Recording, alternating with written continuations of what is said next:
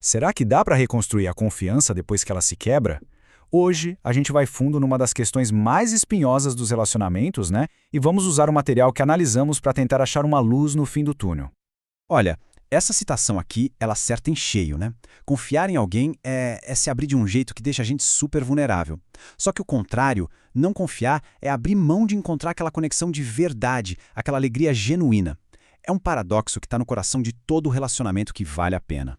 É uma cena bem conhecida, né? Essa troca de farpas dolorosa. De um lado, como foi possível fazer isso? E do outro, mas eu já pedi desculpas. Vira um beco sem saída, sabe? Uma coisa que se repete toda vez que a confiança vai para o espaço e prende todo mundo num ciclo de dor e de defesa que parece não ter fim. Pois é, e é aqui, na comunicação, que a coisa começa a desandar de vez. Quando a confiança some, as palavras viram armas. As conversas acabam virando uma espiral que só fica remoendo ferida antiga. Cada um se fecha na sua própria dor e... pronto. Achar uma saída parece uma missão impossível. Mas calma lá. Antes da gente falar em consertar, a gente precisa meio que virar detetive, sabe? E entender a anatomia do erro. Como é que a confiança se quebra exatamente? Porque, olha, raramente é uma explosão do nada. Geralmente é um processo com etapas bem claras.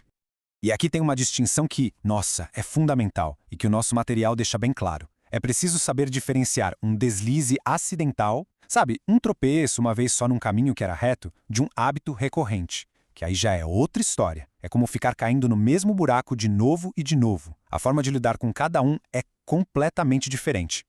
O material que a gente analisou chama isso de o ciclo do erro. E o ponto mais importante é o seguinte: não é sobre ser uma pessoa má. Não é isso. É um processo quase que previsível, uma espécie de fórmula que pode levar qualquer um a cometer um erro. Vamos dar uma olhada em como isso acontece. Dá uma olhada nessas 4 etapas. O processo, ele começa muito, mas muito antes do erro em si. Às vezes começa com uma coisinha pequena, uma porta que ficou meio aberta para a tentação. Aí, essa ideia entra, se instala no coração, sabe? Depois, ela vira um plano. E só lá no final é que a ação acontece.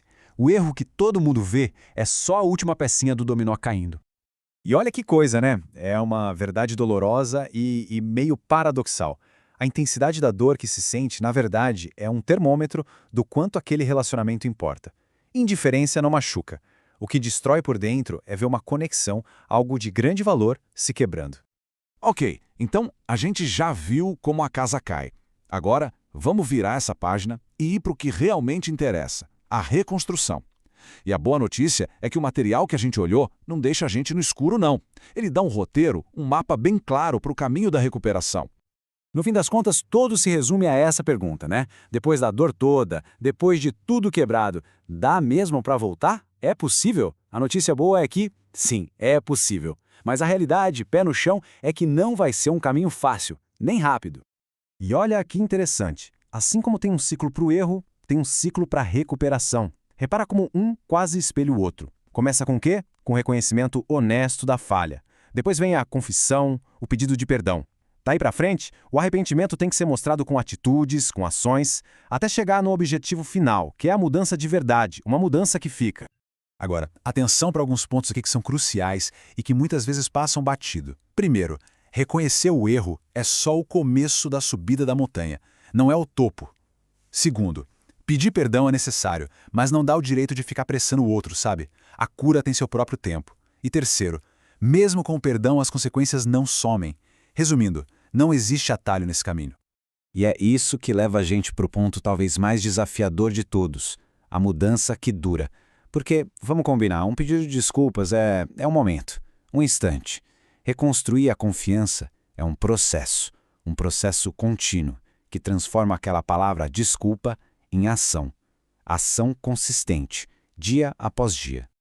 Olha, essa aqui é talvez a sacada mais importante de todo esse material. Muitas vezes, os relacionamentos não acabam pelo erro em si, eles acabam pela perda de esperança. A ruptura de verdade acontece quando uma das pessoas simplesmente para de acreditar que a outra pode mudar de verdade, para sempre. É nesse ponto que a conexão morre. E essa frase aqui, ela resume tudo perfeitamente.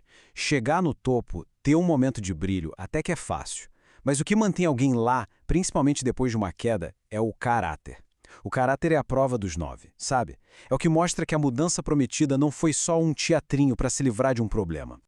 Para essa mudança ser de verdade, nosso material aponta 3 chaves que são inegociáveis. A primeira, as intenções têm que ser verdadeiras. A segunda, a crise precisa ser encarada como uma chance, uma forja mesmo, para construir um caráter mais forte. E a terceira, tem que respeitar o processo todo sem pular nenhuma etapa, sem tentar acelerar a cura. E olha, aqui a gente tem que ser brutalmente honesto. Reconstruir a confiança depois de quebrada é muito, mas muito mais difícil do que construir do zero. A quantidade de energia, de paciência, de consistência que isso exige está em outro patamar. No fim das contas, o que vai medir o sucesso nessa jornada não é o velocímetro. Não importa a rapidez para se chegar ao perdão. O que importa é a bússola.